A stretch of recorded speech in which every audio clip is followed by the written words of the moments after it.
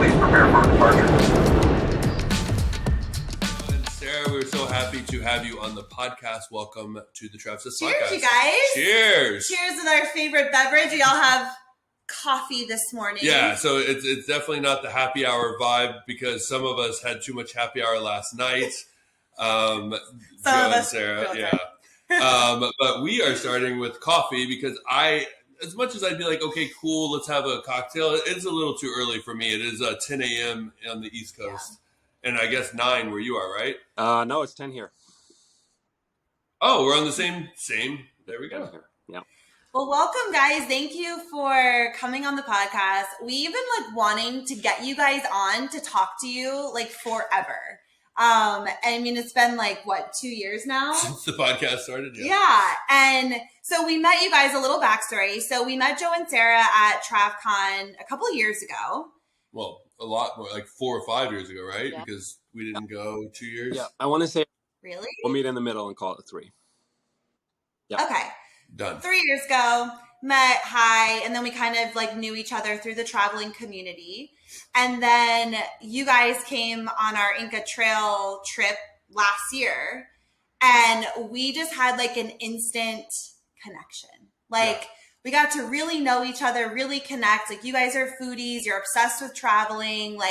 We just deep into mindset, everything. It was love at first, at first meet. And now it's we are moving next door to each other and traveling the world together, and the rest is history. So.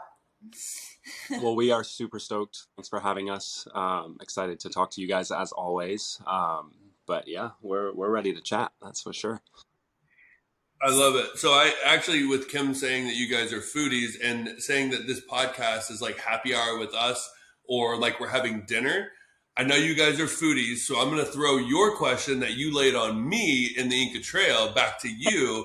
So if we had the best chefs in the world, we're all in our rooms and they were ready to prepare, what would you order for this podcast? Wait, it's your last meal? No, he did last meal. He went deep. Yeah. I'm actually just saying for the podcast, since it's dinner vibes, dinner with us kind of deal. What would you order? Drink and food. So I think the first question to that is this a shareable between the 4 of us? Do I have my own? Sarah and I don't like to share. I don't share food, bro. I don't share food. So this is your meal. So for us, for no doubt. So I'm a sushi guy at heart. Sushi is the deathbed meal. We're going to Japan, hopefully in December. We've had some of the best sushi in the world here domestically. So sushi all day long, and probably a nice, good, clean sake to go with that. Nice, Sarah. Sake instead of an old fashioned. Yeah. Because I'm gonna go with a really good old fashioned. Yeah. And food? Some crab legs for sure. And interesting choice. I know, but I love crab legs. And my all-time favorite dessert is mango sticky rice. Girl. So I'm so excited to get some good stuff. Yeah. Oh, Nice. I love it. that Okay. sounds amazing. So I'll just pick off And your then I would plates. pick some of his. Yes. And let me be clear with the sushi. I'm not a roll kind of guy. This is nigiri, and for you guys who are not sushi people, nigiri is rice, fish. That's it. I have a tattoo of a sushi piece on my leg. It represents the foodie in me, and absolutely yes. I'm a nigiri girl too. I do like a good roll, but I like a salmon nigiri. Mm-hmm. I don't like a super. Do you like a thick slice of fish? No. Me either. Salmon. Sometimes it's so thick. Yep. And there's a sushi variety called aburi, which is basically seared. So whatever fish it is, it's seared on top. It brings out the flavor a little more. It's a little crispier. Yeah, we had a sushi in Vancouver that was more. It was different than we've ever had, and it was cut in squares. And then they hid a little dollop of flavor in the rice, and so it kind of elevated the fish. So it was like a lemon flavor, or like a lemon wasabi, or and literally, there's no soy. Yeah, you weren't allowed to use soy. Oh yeah, it was no, get out. And that was the first time we've been somewhere fancy like that, where they didn't put soy on the table. There was none of that. And I'm like, what am I supposed to do? I have to have the soy. And I was like, no, you don't. And they're like, just try it. Just try it. And so I did. And I'm like, this is amazing. You don't even need soy. That's good sushi. That's when you know it's real. When there's no chopsticks, they make you eat with your hands, nothing extra, one whole bite. Oh. That's the deal. So what are your meals? Wow. I know. I was just saying with you guys, just to get it started. Go ahead. I would have a filthy, disgusting Tito's martini, like all olive juice, basically. Yeah, vodka and olive juice. Blue cheese stuffed olives, clearly. And then I've been craving ramen, going with the Japanese. I like really want some good vegetarian, spicy, mushroom filled ramen. I'm going with that. And some yoizas. Nice. Yeah. Crap, dude. I don't know. I'm like flipping out here. I would definitely old fashioned, no doubt. Clean, just light on the bitters, just basically whiskey and ice. And orange. And a little dollop of orange. Yeah. And then I would have to, God, you got me on the ramen and the sushi. I'm like sticking in that. I think the ramen sounds good, but I could actually go like nice steak, medium rare with a potato and a good salad and a dinner roll. Ooh, garlic knots? Yeah. Okay. That's where I'm at. All right, that's what we're having. Waiter, let's go. That sounds so, oh my gosh. I'm really jealous. You guys are going to Japan. You guys are about to kick off on this crazy adventure traveling through Southeast Asia, which we want to get into. So you guys are huge travelers. You take a lot of time off to travel the world and have like these incredible experiences. And so we want to like get into all of that with you guys and get your tips and like how you kind of plan it and go about it and talk about your trip, which we're super jealous of and wish that we were coming with you guys. But first, we want to like roll it back and like take it back to the beginning of before you guys even started traveling. And I know that you guys met at school in Jacksonville. Mm-hmm. Shout out Duval. But like, how did you guys meet?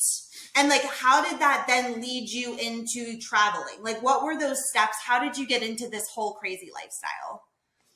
Want me to start? Yeah. So that was a loaded question.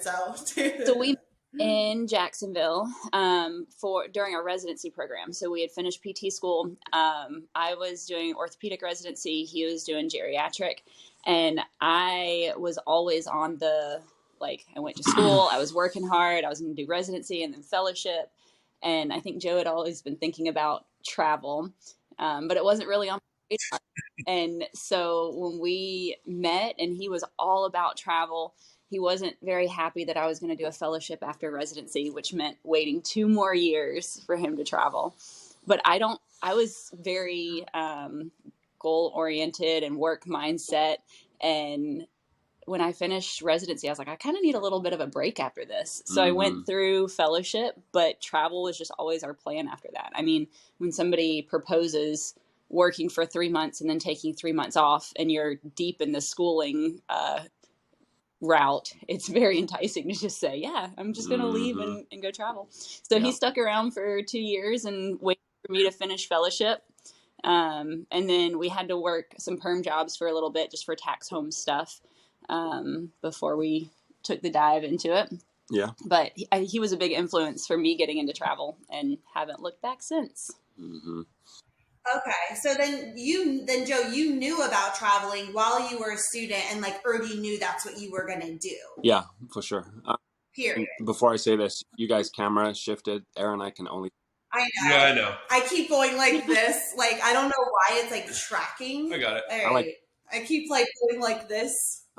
So yeah, when I first started PT school, I think was 2014, and I met some friends in PT school who had some friends who were traveling at the time, and so I started talking to them before I even finished my original degree, and so had, you guys know me on social, I'll hop on and try and start talking to everybody and anybody to find out as much as I could. So by the time I met Sarah, I was like ready to go. I'm done with residency. I'm like itching, chomping at the bit. I had already gone to some conferences that had a lot of travelers. It wasn't TravCon, but I was ready, and then I met her and she told me 2 more years, and I I had to think deep about whether or not I Tried to talk me out of wanted it. to commit to this. And I said, are you sure you want to do this? You know, I think we're both ready. You know, you have a lot of debt and stuff to pay off. And so did I at the time. And so she was decided, you know, on higher education. And I think that's one of the things that set us apart as clinicians in the rehab world, is that we do have, you know, those credentials, the residency, fellowship training, which is great in hindsight, because now we've become a mentor to a lot of folks with regards to expertise and clinical stuff. And it was really important for me to do that first before we traveled. Like, Right. I could not imagine traveling first and then going back to that intent. Right. So for my career goals, it just had to work in this order, finishing that first before we travel. And I wouldn't change that for the world. Well, and the other thing is, it's really given us an opportunity to get a lot of jobs that are otherwise highly competitive, right? Because of our credentials, our name goes to the top of every list. And so we have the pick of the litter and going all the cool places that we want, which again, in hindsight is, you know, made us kind of really fortunate. Yeah, exactly. Yeah. Right. So you took the 2 years and you did your fellowship. Mm-hmm. And then in that time, so you knew after these 2 years, we're going to do the travel thing. So did you use those 2 years then to like kind of plan for it and get yourselves ready to go? Because obviously you knew you were going to travel, so you didn't buy a house. You probably worked on paying stuff off. Like, you were getting ready because you knew that that was what you were going to do. I really think the prospect of travel is what kept me motivated through those 2 years. We didn't have a lot of free time. Like, Joe decided to study for some stuff on his own, and I was kind of immersed in the fellowship stuff. But every once in a while we would, you know, lift our heads out of that world and look forward to travel and do some research. So we kind of dabbled in it, and pretty much knew exactly what we needed to do to establish our tax home and how we were going to orchestrate things by the time we were done. So it was a nice distraction, just looking forward to having some fun after we finished all of that. Yeah. Yeah. And did you guys know that before you started traveling that there was a possibility to work together, or were you just going at it with the plan of like, somebody will take one and we'll figure it out? Or was it kind of in that time frame you actually saw, hey, we can do this together? I know you guys are different specialties, but right? Like Right. focus specialties? Yeah. So Sarah works strictly outpatient orthopedics. She did do a contract with me this past one in the hospital, and she figured out quickly that that is not for her, and we'll be going, Yeah. you know, back to Running outpatient. back to outpatient. But learned a lot of stuff. But you know, in the beginning, we knew we could work together because I had done that research and that legwork while I was in PT school. And I told her the one thing that's important, as you guys know, in travel world, is you have to be flexible, right? So we were willing to work anywhere on the West Coast, Washington, Oregon, California, Alaska. And we were pretty much in the beginning willing to go anywhere just to get our feet wet, learn as much as we could, and just see what the travel world was all about. And so I think that that's the main point, is if you're flexible as a couple, as a pair, you can make it work. It's really, and if you pigeonhole yourself and say, I only want to go to, you know, Los Angeles, I only want to work in outpatient, and I only want to work this time of year. That's not what travel is. You guys know that. And that's what you preach to the community. So, but there's definitely a lot of discussions of, okay, are you going to take a job when I don't have one? And how do we reverse engineer? That's like it. Now at this point, he's got a job in Seattle and I don't. But we've built enough experience to be relatively confident that I can get a job. So I don't think we would have taken a job like this early on. Like in the beginning, we were more conservative. Like, we're not going to sign until both of us have a job. And you get enough experience that you can say with relative certainty that something will work out. And so it's learning a lot.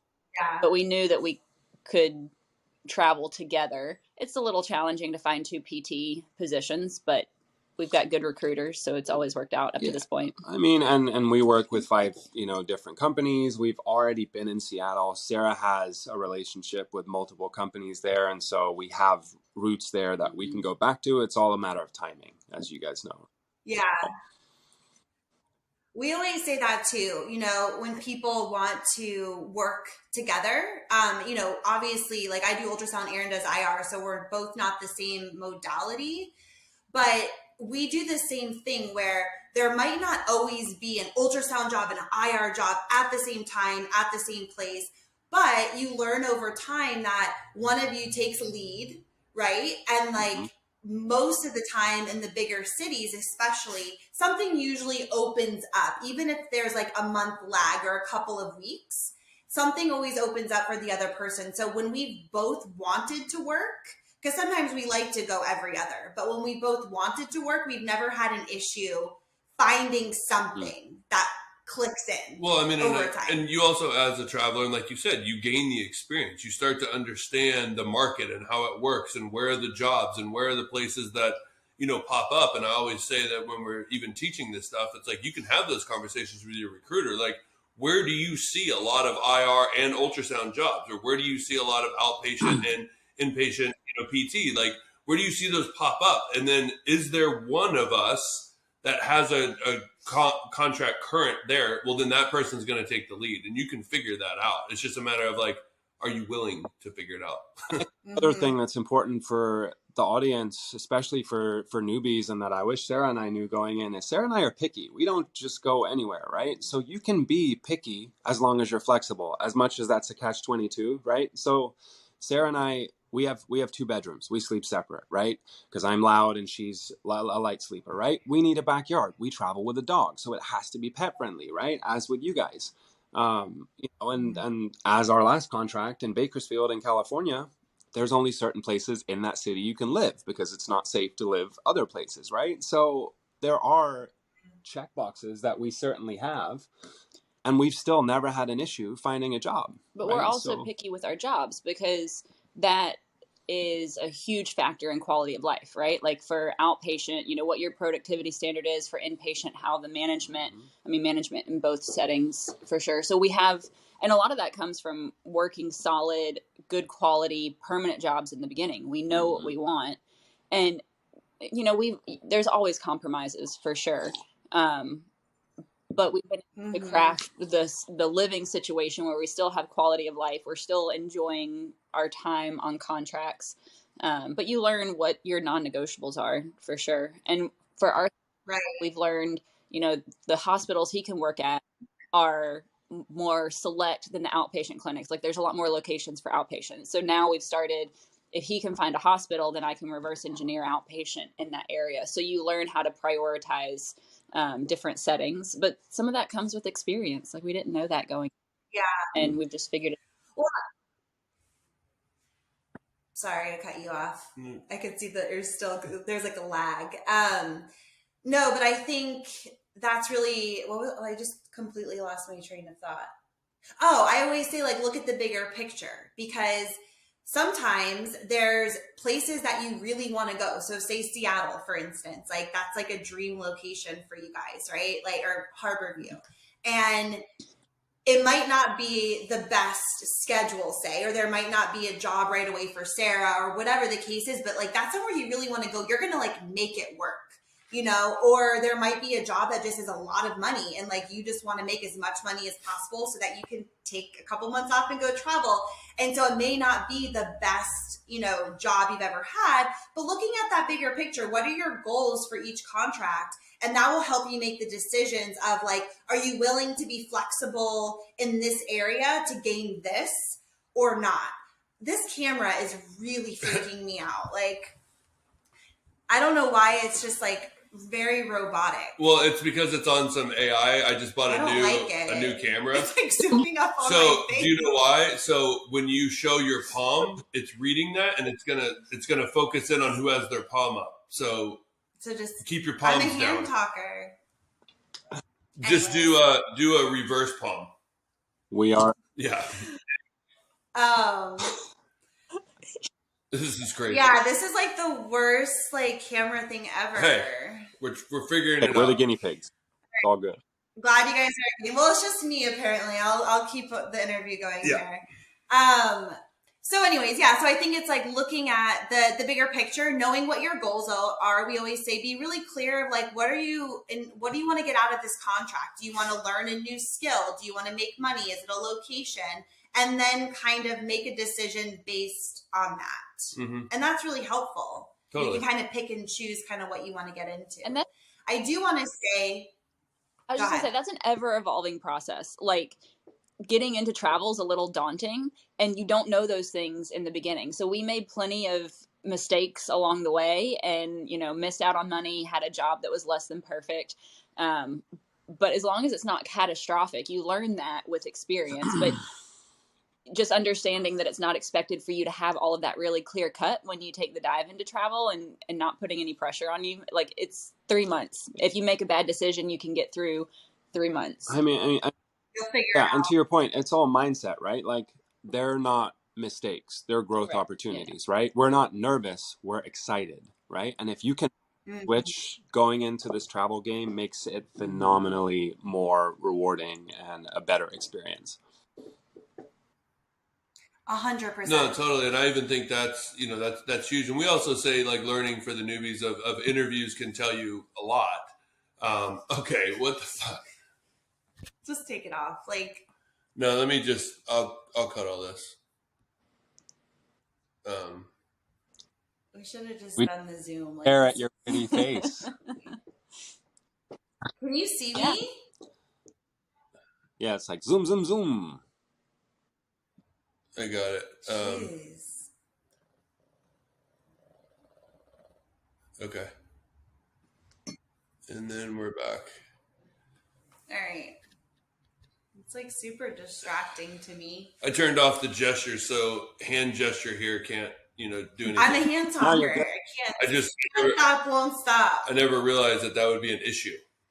Okay, so Back to start back with the mindset, because I wanted to say something, but Oh, with me. Okay, yeah. So I was saying is, like, you realize with, you know, we always tell the interviews is what you can really tell. And a lot of people feel that, like, when they're going into an interview, especially people coming off a full time, you know, that interview process when it's like a full-time job. And I actually hate interviews in general. I think it's all crazy because you can say what you want to say and people learn the skill, and it's a skill, right? It really doesn't bring out of the like truth. knowing what you're supposed to Right, say or and what so- they want to hear. Right. Yeah. And so that's where it's just like, but you as a traveler can interview them and get a lot of information. With that being said, that was a really good point that you made, that it's not mistakes. Like, the times that I've realized, like, oh shit, I didn't ask those questions and this is what I got. Then you're like, okay, like, but I can get through this for 3 months. It's never been like, I have to leave now. Like, this is just awful. And so it's one of those things you're just like, okay, that's in my pocket and I can continue on. Well, and I wanted, since I guess we'll like jump ahead to this, because I wanted to ask you guys, because like, I know not all contracts are easy to get through. And you guys just were wrapping up a contract that wasn't your favorite you've ever had, right? As we all have those contracts, we're like, this is a freaking struggle. Like, this is hard. But it's 3 months, you put your head down and you get through it because you know what's on the other side of that. My question is, when you guys were going through that, right, a challenging few months, what was your mindset? What were the tools that you used to continue to get up every day, work out, take care of yourselves, go to work, be positive, make friends, get through it, and keep going, even when you were like, I want to get the fuck out of here? Like, what do you guys do? What are your go-tos? I think 3 things, right? First and foremost, for us, we have trained ourselves to be great clinicians, and it's always patients first, right? Like, the reason that we do this at the end of the day is to change people's lives on a daily basis, right? And so we know if we're bringing bad energy to work, patients pick up on that, patients read that, right? That's first and foremost. So you have to get yourself up for the person in front of you. And if you can't do that, maybe you're not in the right profession, right? We all have our up and down days, but I think that's number 1. Number 2 is money and saving for this Asia trip. We knew we had this on the horizon. So every hour that we're working, we're building that bank, right? And now looking back at it, we have everything we need. We have our nice little nest egg. We're good to go. And I think third is growth and mindset, right? Like, if you're an individual who wants to challenge yourself and make mistakes on a daily basis, mistakes are what stain you personality wise to be able to change those experiences in the future, because you remember viscerally what happened and you can get better, right? So every day for us was an opportunity to get better, especially for Sarah, you know, who was in a new environment for the first time, who definitely had her ups and downs. And like, I took this job knowing that it was outside my comfort zone. Yeah. Like, that was a very informed decision, and you don't know some things if you don't try. And so even if I realized in the first few weeks that it wasn't going to be my new favorite, like there's still opportunities to learn. There's still room for growth. And I think that's something that I seek out in every aspect of my life. So it was hard, but I learned something every day, which was, it made me feel like I was improving. And I know as a person what fills my cup. So we were, our relationship got a lot of work during that time. We were in the gym. Well, also because we were working together for the first time ever. But prioritizing our sleep, our gym routine. And so I felt good as an individual. And even if the clinical side was a little bit draining, I knew how to keep myself, keep my cup full during that so I could show up for work. And it was hard, but if you look at it as an opportunity to get better, as much as it sucks, it's a lot easier than if you go in every day saying, this is going to suck. Why am I here? Why do I have to do this? Well, and just one more thing, our saving grace on this contract was our CrossFit gym, right? Our CrossFit community, and I know CrossFit's not for everyone, but our CrossFit community was phenomenal, right? Our coach was amazing. The people we met and we went out to dinners with really held us together. So if you can find some sense of community or something that allows you to unplug, whatever that is for you, that is super important to be able to bring your best every day and find some places to get better, right? And something that Joe's helped me with is I tend to ruminate on things. Like if the day doesn't go well, I'll go home and I'll think about it, or I think about patients, and having some boundaries of like, when you go home, you're home, and you're Sarah and Joe, you're not PTs, and having those buckets helps my mental energy be a little bit more sustainable. Well, and tell them about our parking lot and our car talks before we get home. I mean, we have some boundaries, especially working together. Like, work talk doesn't go into the house. Like, we would sit in the car for 15 or 20 minutes when we got home, just unloading some things. And, I had a lot of questions because he's got a lot more hospital experience and trying to get through that. But once we went into the house, that conversation was done. And those boundaries just help it be more sustainable. Because if you're constantly in the work mode and work isn't perfect, then it can be very draining. Yeah. Well, and I love that. And I think like what you guys said about CrossFit, like whether it's CrossFit or hiking or the people or food or just exploring a new area, find the joy in whatever area that you can, right? Find the joy that's going to keep you going. Filling your cup up first, right? Taking care of yourself first so that you feel your best, so that you can go in and tackle the day to learn the things, show up for your patients, make the best out of the experience that you're in, because you're there. You're not leaving. You're not, unless you're going to walk out and quit, which is very rare, and we would never recommend that. Yeah. But you're there, and so like really making the best out of it. And then I think the what you said about having a purpose and an intention, like for Sarah, like the purpose of learning. You're learning a new skill that now you can take with you, even if you don't want to continue it or not. Yeah. But you have like a new skill that you learned, and then being able to know you are saving for this badass trip. And like putting your head down and knowing every time you clock in, like you said, money in the bank, and like having that purpose and very clear intention just allows you to get through every day. And so we always say, set a goal, something you want to walk away from this 3 months or 5 months and be like, wow, like that was so worth it because now I'm on the other side of it. You also have to be intentional about it, right? I mean, it's one of those things that you can set goals. And I know a lot of people that will talk a goal, but they're not intentional with it and they don't keep reminding themselves. And there's constant reminders, especially when you're in the weeds of it. And I know, you guys have different settings. Our big thing is like call, like just constantly on call and how bad is the call. And I'm starting this weekend is my first call weekend. And I literally can feel the anxiety like building up. I just don't like it. I want my time to be home. I'm home. I'm off work. No, that's not how it works, right? So I'm on all weekend and then I start my week again. And so like going down that path of just like every time I clock in, that is X, Y, or Z. That is my goal. And every time I clock in, I say it to myself, hey, nice job, buddy. Like you did this. Like you're clocking in for this. And then it instantly puts that smile on your face. You're like, let's get it. Let's go. And, and so we've done that before when we worked together.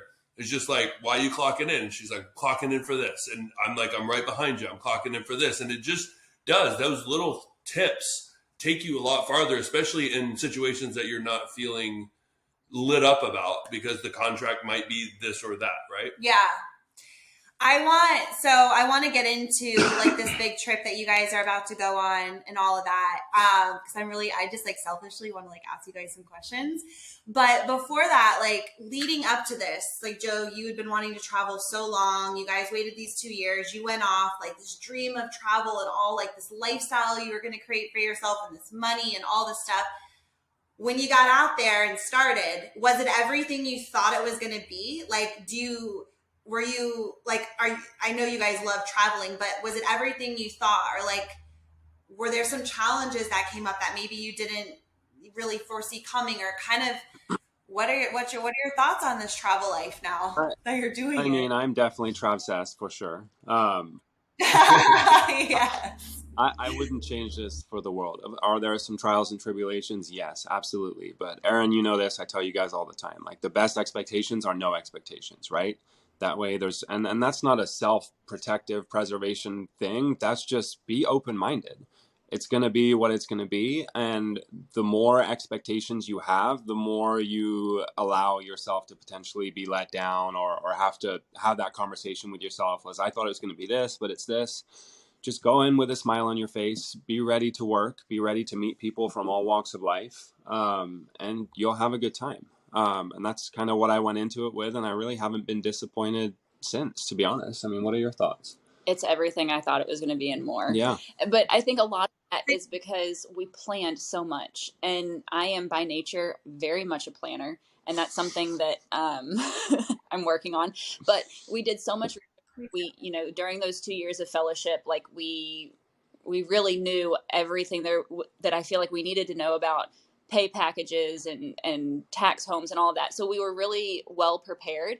I'm learning to let go and not plan as much, which is a process. But really everything that we've done, there have been some times where we have to sit down and say, okay, how are we going to figure this out? But it's all really fallen into place. Like our whole plan was to work for 3 or 4 months and then take a few months off. And we've been able to do that. And so, yeah, I think doing the legwork in the beginning has made it pretty much exactly what we wanted, which is awesome. Yeah.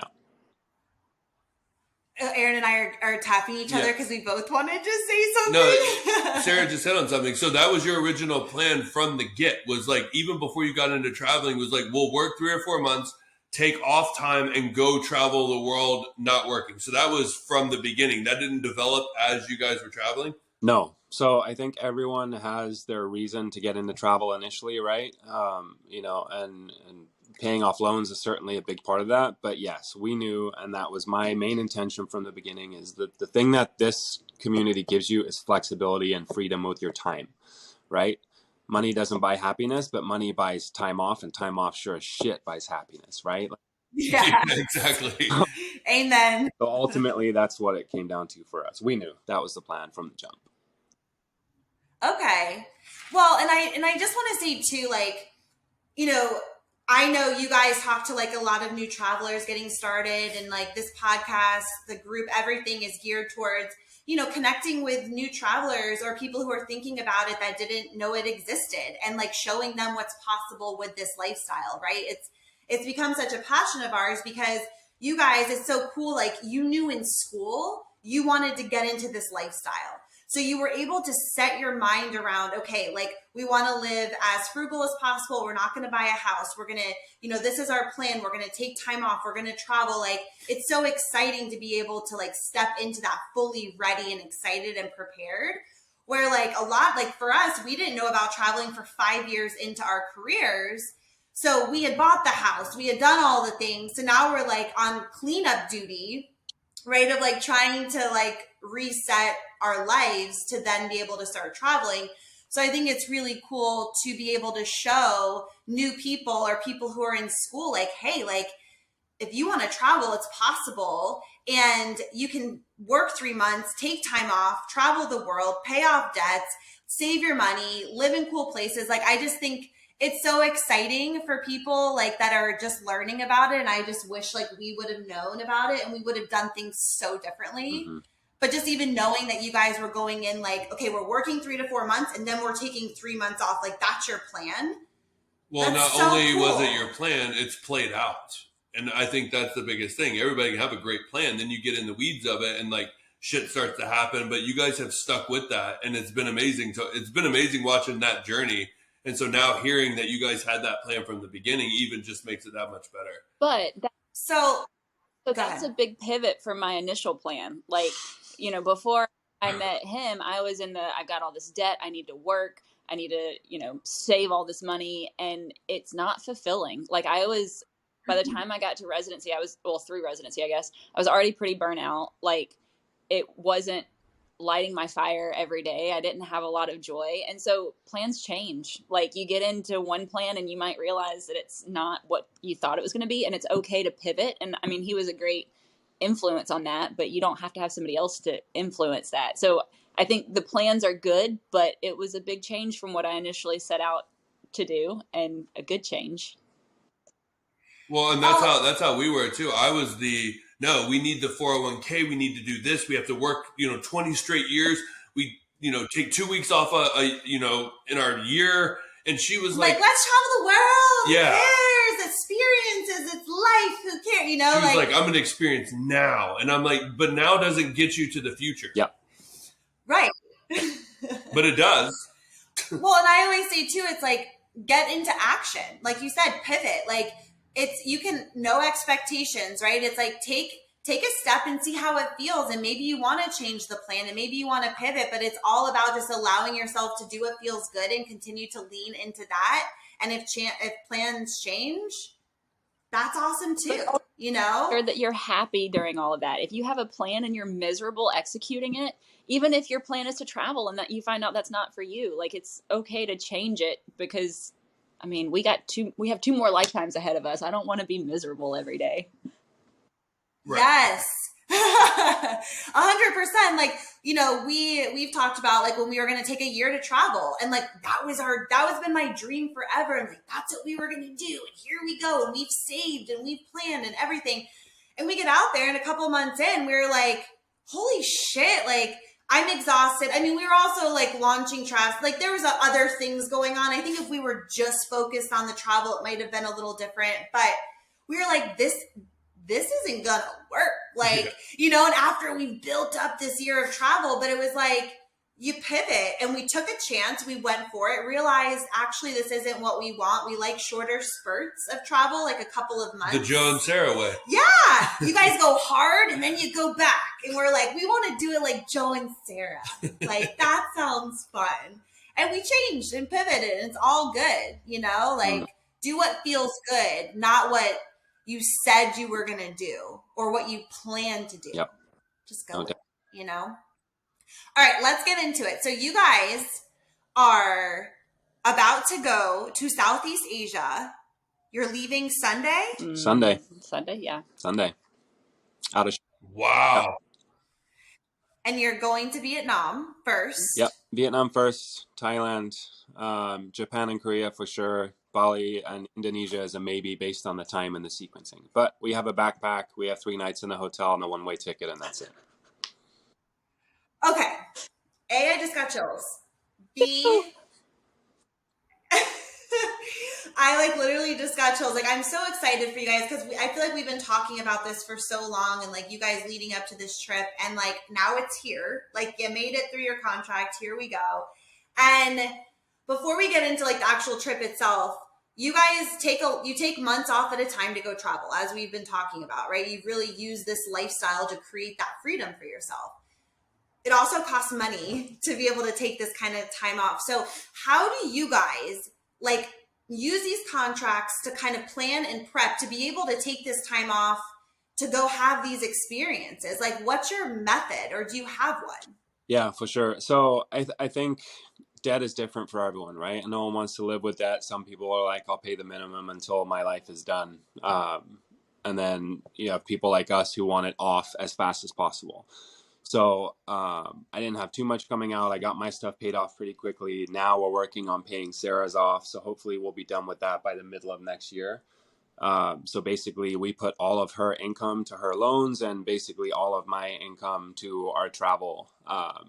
contracts, right? Outside of our daily living expenses. Outside so of both, our, right. you know, Not when I say all of, I mean, we live frugally, we pay our rent and our food and whatever other bills we have, and then we save the rest. And the other big thing is credit card hacking and travel hacking for sure. So, you know, you guys have seen this on my social stuff already. We have like 10 to 15 grand to play with from a cash perspective for this trip, and about $8,000 between the two of us in credit card points. So that's kind of the way that circle goes. And we come back when we run out of money.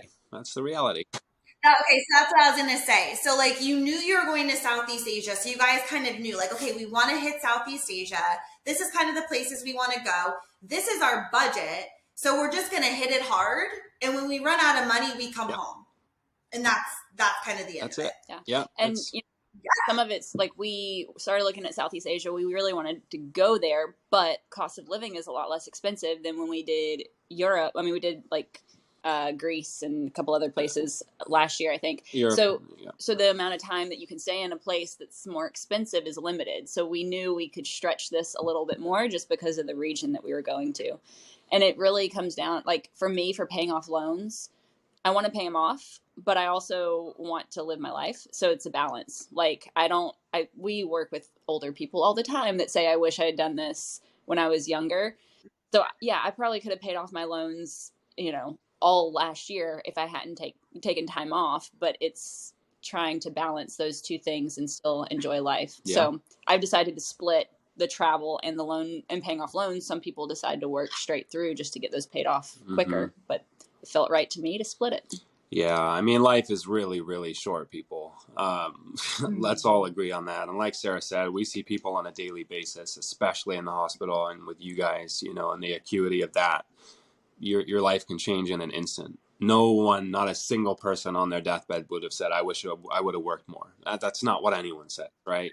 It's more time with friends and family, more time traveling, seeing, doing, and we're young, we're healthy, we have strong bodies, strong minds. Now is the time, right? There is no other time. So, you know, Sarah and I were raised in vastly different homes, right? My parents in the UK are far left. You know, you can't take that shit with you, spend it now. Sarah's parents, the opposite. Save, 401k, you know, IRA, blah, blah, blah, blah, blah, blah, blah. Which is relevant. It's just balancing the two. But in my mind, our generation is not getting a retirement, is not getting any of that, right? So really my method is live for today and do as much as you can while in the back of your mind being responsible and having some kind of plan. And everyone falls on a different spectrum. But our daily living expenses, as far as how we save for this, are very minimal. Right. And thankfully, in most places that we live, we enjoy doing outdoor stuff, which is relatively free, minus the equipment that you end up buying. But and the lunches afterwards. Yeah. So that's the other tip I would say for the audience, right? Is if you're wanting to travel internationally for a while after your trip, try and go somewhere where there's not, you don't have the ability to spend a bunch of money. If you go to Seattle or LA or San Francisco, you're not going to go out without spending $100 every time you go out. Put yourself in Central California or somewhere rural that has proximity to a city that allows you this window to say, okay, do I really want to go out and spend this money, or do I want to triple it in value and go to somewhere like Asia instead? But we've chosen locations based on our goals in the past. Like we went to Seattle and loved it, but our goal at that point was to experience Seattle, not to save. So it's all very strategic. Contract dependent. Where you go and how you live. We didn't do anything on the weekends on our last contract because we were very goal oriented about trying to save for this, which makes it feasible to take 3 months off. Yeah. Totally. I just wanted to say too, just based off your first point, that was one thing that really flipped my mind from the crazy let's go travel the world and live in the now. I did one contract and I don't know why. I think it was just because I was supposed to hear this message, but literally my first 5 patients were older people that have just retired. They were on week 1 of retirement. They were going into their doctor to get a checkup to go travel, and they found a cancer. Oh. And they were now using the money that they had saved to actually, we were putting ports in so they could get their chemo treatments. And they're like, well, my trip's off. And I was just thinking to myself, you've worked this whole life to like retire and go on this trip. And now for your checkup to leave the country, they found a cancer Now you're on chemo treatment. I was like, that's it. Like, that's all I needed. Let's go. And that was kind of like the whole start of this whole thing. Well, and I think too, like we all I need you to talk. My battery's going to die. We all feel the same, where we value experiences, right? And so over like material things, like for me, it's like, what's important? Like having a good gym membership, like having healthy food, going to dinner. Like we love a good dinner, you know, things like that we'll put money into that because they add value to our lives. But as far as like the day to day, like, I don't know, clothes or like purses or things, like I literally could care less about any of that. I want to put my money towards travel and experience. Like I would rather live super frugal and then put your money towards having these incredible experiences we get to have. Because like, as you know, going somewhere like Southeast Asia, $10,000, $15,000, your money goes so far there. That can be months and months and months of experiences and travel over, you know, something else that you might spend that money on. You're never going to regret these experiences you're sharing together, ever, you know? No, totally. And I wanted to ask too, like, do you guys have to where, because you said you have a backpack and money and a one-way ticket, basically, will you guys budget to lengthen that trip, or will you say like, no, like this is an experience, we want to do it, I don't care if it's like $1,000 in Southeast Asia, let's do it? Or will you say, no, we'd like to extend a little more? And so how does that work? Yeah. Well, and the last thing I'll say, and I'm gonna let you guys take it.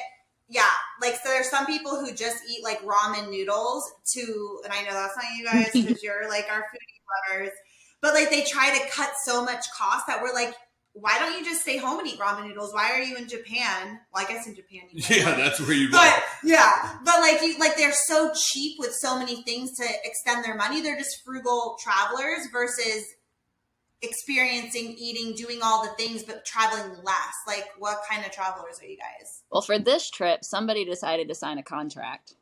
So we have a day, or we have that we have. I was very bummed about that because usually we end up figuring out jobs while we're overseas. So in the long run, that's probably a good thing because it helps us budget. Usually it's literally when our bank account is dwindling, we'll start looking for a job. But we have a date that we have to come back on this one. And it's really a balance. There's a lot of conversations of, do we want this excursion?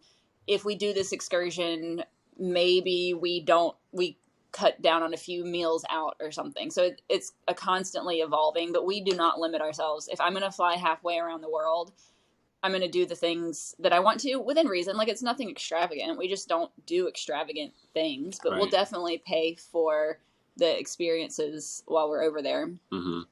So I think two things. One, for us, in terms of lengthening this trip a little bit, Japan was not on the radar initially. So we have to kind of budget our money knowing that Japan is our last country and we want to max that experience. And so maybe there's some changes depending on how the money spending goes along the way, because South Korea and Japan will be the most expensive for sure. And then two is just reverse engineering the whole life situation. We knew that we wanted to start a family next year. We knew that we want to build a career and a life long term after travel in Seattle. So me taking this job is 100% a one-off. We would never do this normally, and it's way outside of the 1 month window that we normally shop for jobs. But this job in Seattle is a dream job. It's where I probably want my career to be. And so you have to grab that opportunity by the balls when it comes, right? So the plan with that is to go in, have a great 3 months there, market myself as a potential long-term person, stay on as long as I can as a traveler, and then see where we're at with the family situation. So normally we wouldn't do that, right? Yeah, but it's part of the bigger picture. Like, he wouldn't pass an opportunity on a dream job. So I'm willing to cut our trip potentially a little bit short in order for him to have that opportunity. Exactly. But it's because we know where we want to be next year in 5 years, knowing that plans change for sure. But I think it's a good move. Yeah. Well, it goes back to like looking at the bigger picture, right? Like, you want to be in Seattle. It's a great opportunity, right? And you guys still have 2 months, which is kind of cool because now you have, your money doesn't have to go as far. So like going crazy in Japan and eating sushi like 24/7 and, you know, drinking all the Japanese whiskey and sake. And oh my God, I'm getting really upset. I want to go. But yeah, you guys can just like fully be in it and splurge. And I think that's, you know, one thing too, like we realized when we were doing our year of travel is, you know, making money last a certain amount of time. We were like, I would rather travel less and just go ham and just do whatever we want and have, because it's always those experiences you have, like whether it's an excursion or like a cool dinner or whatever, that you're like, damn, like that was awesome, you know? And I would rather be able to spend more in a shorter period of time and come home than try to like elongate it. Well, and we also realized, which I didn't used to feel that way. Yeah, so during our long travel stints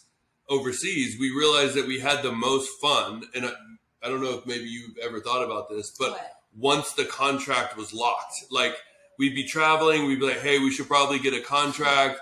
Money's kind of dwindling. And then like the day that the contract came through, it was like the rest of the travel was so much fun because like we were so in it, because there wasn't that fear of like, what are we doing? We've done too much excursion wise. We've eaten too many crazy dinners. We've gone on too many food tours.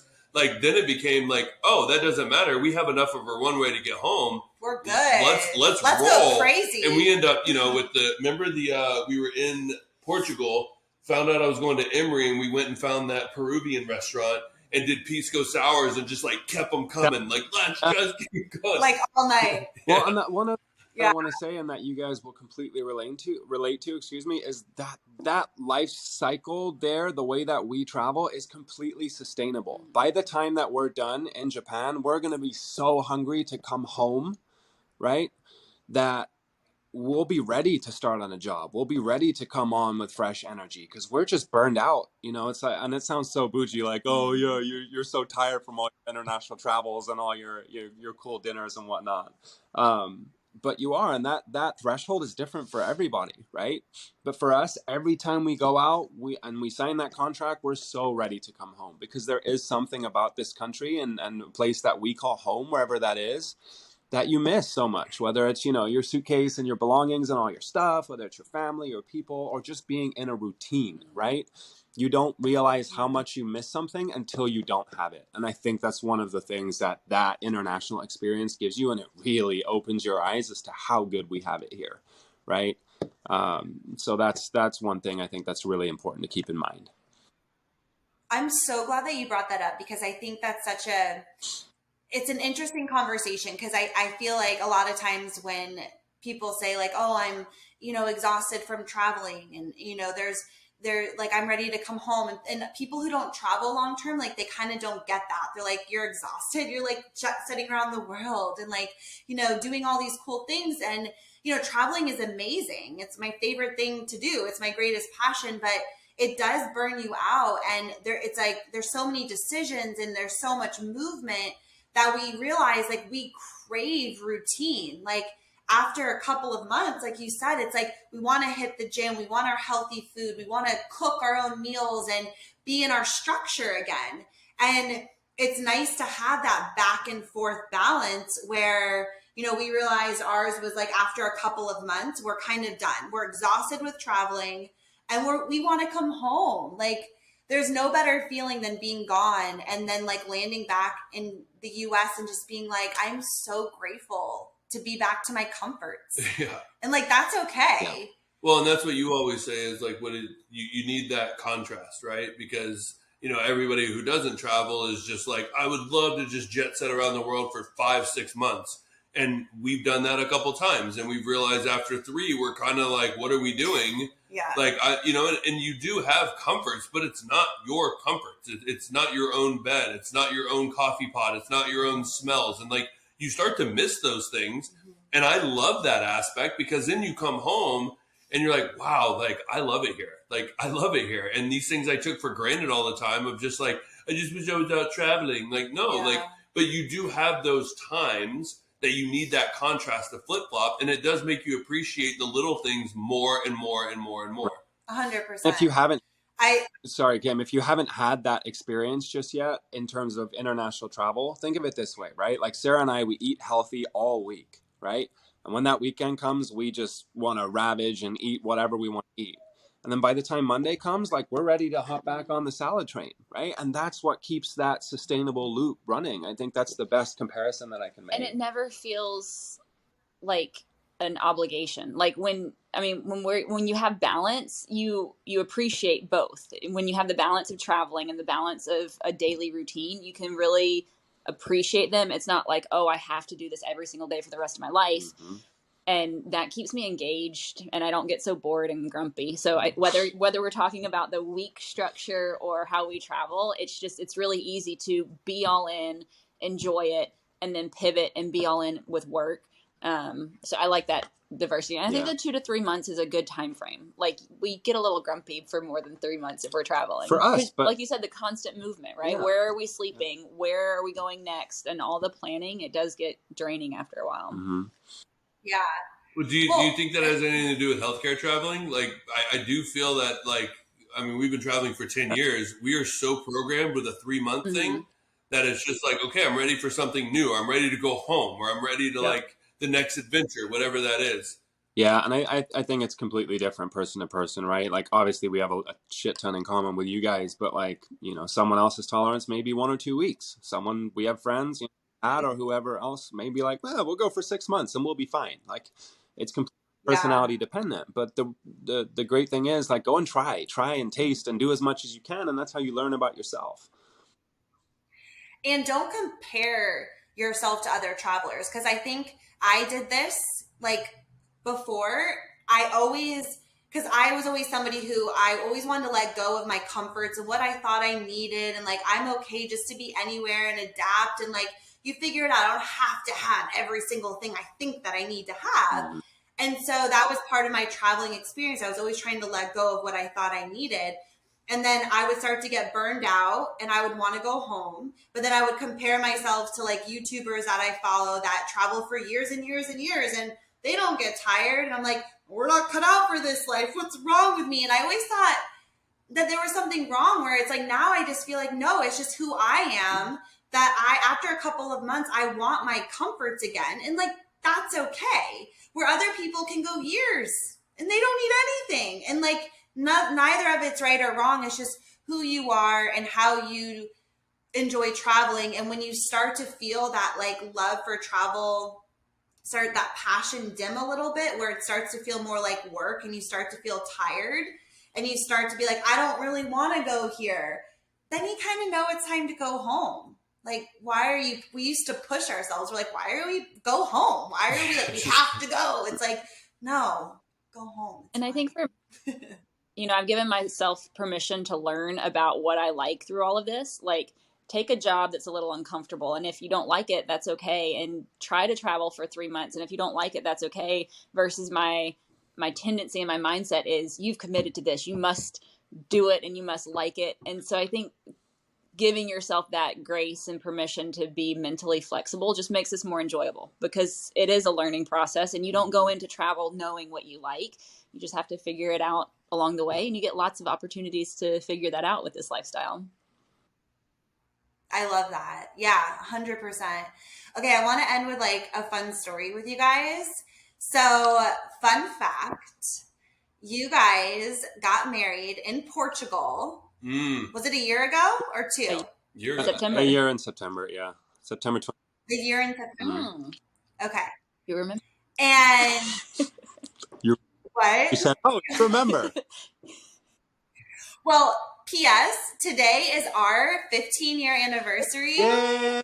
Well, not wedding, but like the first day that we like took our friendship to the next level. You know what I'm saying? Yeah. And somebody forgot. I did not. And I had a peek in the shower and I said, do you know what today is? I did not forget. I have alerts, and it's actually my best friend's. I was the best man in his wedding, and it's his wedding anniversary. So obviously know what it is. I always test to see if you know. Oh, okay. Anyways. You guys know those dates, though, because we literally picked September 25th because it's the day after his birthday, because we both suck at remembering dates. So the fact that celebrate that is very impressive. That's awesome. Yeah, those are like, that is weird because I'm like not great at dates either. But like this day and then our wedding anniversary are like really the only Yeah. dates. But anyways, not to steal your thunder. You guys got married in Portugal, and I okay, I want to hear the story about how that came about. Like, if you guys, was it a whim? Because I don't think I actually got like the full story from you guys. Like, was this planned or did you just like say, we're here, let's do it? Like, it's a crazy, like, you guys just got married in Portugal by yourselves. Like, what's the story there? Yeah, so I mean, it was definitely something that was being planned for a little bit, but the problem is that my family's on one side of the world and her family's on the other. And we were of the opinion that if people can't figure out their schedules, it's just going to be us, and we don't have any problem with that. Both of us were in serious relationships before we met for a long time and had been through, that situation before. And so we wanted it to be just us. And so, yeah, we had a nice, expensive, very nice dinner up in Porto and, just decided to elope. And some of that goes to where we want our money to go. Like, we started looking at trying to get family together. Yes. We could either travel for a couple months, and family's very important to both of us. And we had our respective celebrations with each of them separately, but just the logistics of trying to get people together and planning a party like that, eloping and spending a couple months in Europe sounded way better. I 100% agree. Like, anyone getting married, I always say, like, my best advice, like, do something so cheap, so easy, no stress. Like, just have it be fun, enjoy it, and then go do like a kick-ass honeymoon and go travel for 3 months. Or do it all in one. Yeah. Yeah, exactly. It was, I think more meaningful because it was the two of us. Like, we wrote our own vows, and there was a lot of discussion about what our vows were going to look like. And so it wasn't standing in front of a crowd saying vows to other people. There was a lot of conversation, and I think that's just how our relationship goes. So funny story, before we actually did the marriage thing in Portugal, we sat at dinner and we wrote our vows on notes on our app on our phone in bullet points. Okay. And then we had each other assign each other's vows before we went in. Shut up. Before we went and did it. So now whenever we get in a little tiff or whatever, we go use Oh my God. on the phone, and it's always with us, right? And our vows are ever evolving, right? If we don't like something, Of course. something's getting old, we change it or we add in something new, right? And obviously there's a long and serious conversation about changing bits and pieces, but yeah, it's flexible. But it felt right for us. Like, we still had our family and we see them very frequently, but this just felt good and authentic. And it was awesome. Yeah. I love that. So you did go into, maybe I missed this, you did go into that Europe trip with the intention of we are getting married here, or it wasn't literally on a port tour being like, let's get married. Let's get hitched. But we by no means had like, oh, we're going to do it in this country or at this time. We flowed through Europe, and whenever it felt right, we looked at each other and I said, you want to do it here? She's like, yeah, I think so. I said, okay, cool. Let's do it. Oh, I love you guys. It's awesome. Yeah. And it's funny because we obviously watch a lot of Anthony Bourdain, and it's like his Porto episode is like one of the most depressing, miserable episodes. And then we get there obviously in the middle of the summer, and it's like epic and beautiful, and the sun's out, and it was like just quite the contrast of what we had experienced there on TV before compared to our actual experience. So I'm glad it was the latter.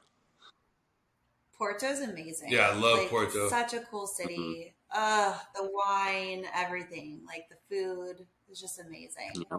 So you guys are heading to Vietnam.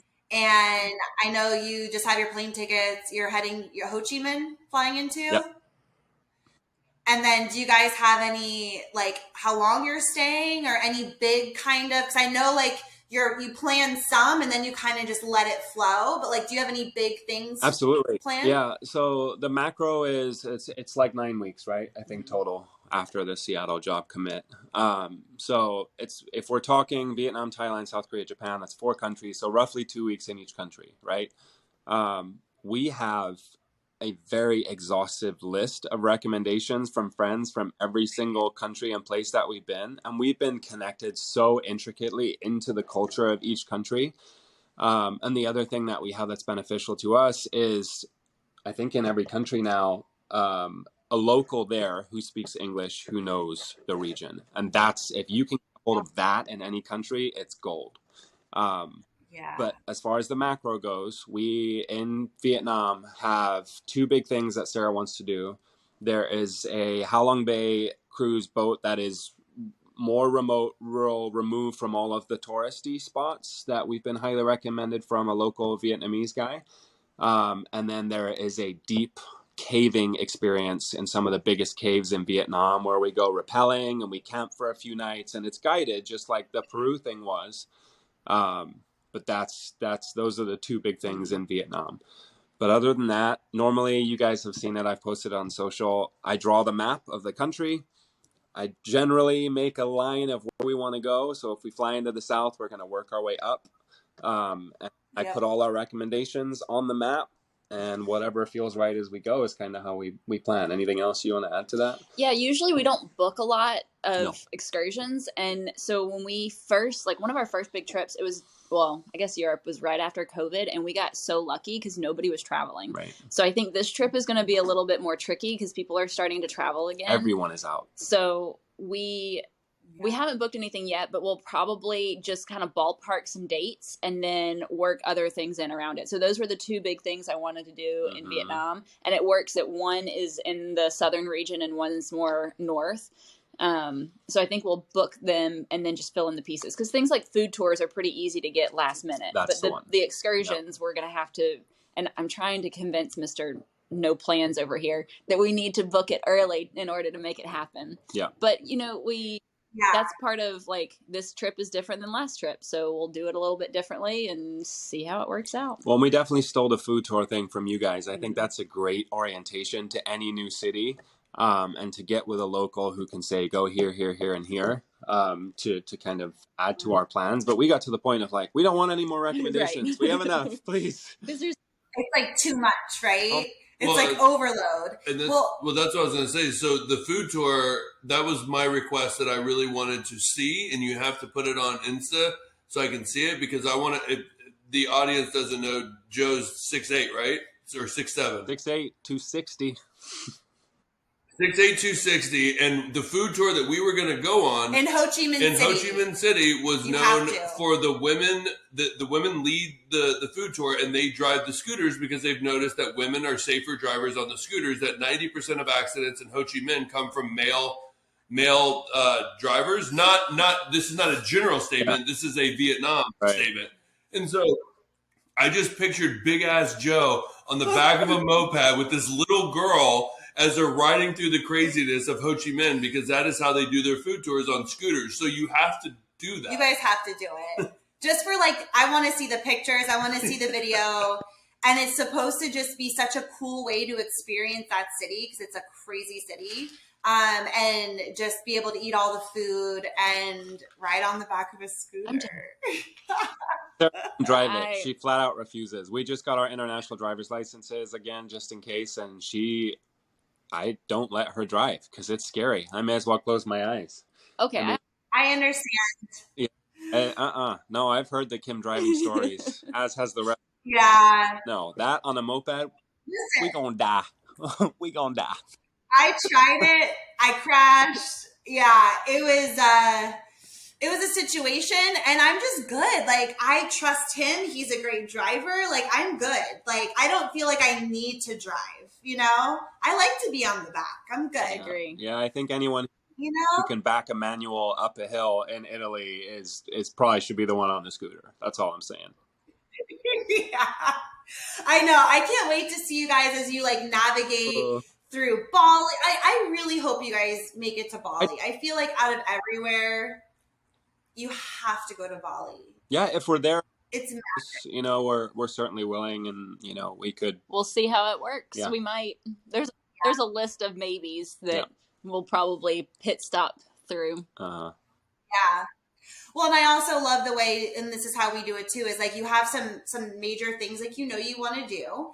But then once you get there, it's like you meet people, and then they're like, hey, do this, go here, try this. Things that you didn't even know about are here, not on your list. And like, then that kind of starts taking on the trip. So it's like, it just allowing the adventure to lead the way, as you guys are so good about doing. And like, just excited to follow you guys and see like where you go, what you get into. We will be following. Everybody listening, definitely follow both. Joe, I feel like you're always doing all the social things. Pretty much. You guys have a joint account, like Joe and Sarah we've thought, take the world. but yeah, it's. He doesn't want to share. No, that's not it at all. I mean, we're pretty much. Our social stuff has her on it anyway, so he's just really good at posting. So you got to play to strengths. Yep. He is really good at it. So where can they follow you guys on your journey? And also, I know, Joe, like you share a bunch about the points and stuff, which we need to have you guys on again just to talk specifically about that. But like you share all that kind of stuff. So where can people follow you guys? Yeah, for sure. So Instagram and Facebook primarily. Instagram is jdaniels_DPT. So JDANIELS_DPT, Doctor of Physical Therapy. And I believe yours is Sarah Kate 6102. If just not, follow him. It's but when we do the Instagram stories, we always auto posts over to the Facebook story as well. So cumulatively, what we end up doing is I'll post stories throughout the days, and when we finish with a country, I'll do a summary post of Vietnam, of Thailand, of the rest of it, and that's kind of how that goes. Yeah, but it's fun sharing that stuff. Yeah. So, but yeah, well, interested. We're always available. If you guys have any questions while we're traveling, we're always available to coach or mentor, answer any questions you may have. If you have recommendations, please feel free to send them. We'll definitely take a look at them. But yeah, those are the two main platforms. Awesome. Well, we will be following. We're so excited for you guys, and just have an amazing trip and eat all the food for us. Yeah, totally. I just, thank you guys for being here. I love actually connecting with you both any chance we can get, especially bringing it to the audience. And I just think it was so valuable and awesome. It was just awesome to connect. So I really love that part. So it was almost selfish from my end. Hopefully the audience got some, but technically I don't really even care because I'd just rather speak to you guys. We could talk like all day. I still have so many questions I didn't get to, but well, again, we knew that was good. If you have any questions, feel free to reach out, message. We're always available to. But it's good talking to you guys. So thank you for the opportunity. We'll have to do a catch up while you guys are traveling. Like, let's do like a 6 or like a 5 week check-in and see how you guys are. Yeah, whatever. That would be fun. We're game with it for sure. All right. Awesome. All right, guys. Well, we will see you out there. Have an awesome trip, and thank you for being on the Travsessed podcast. Back at you. See you later.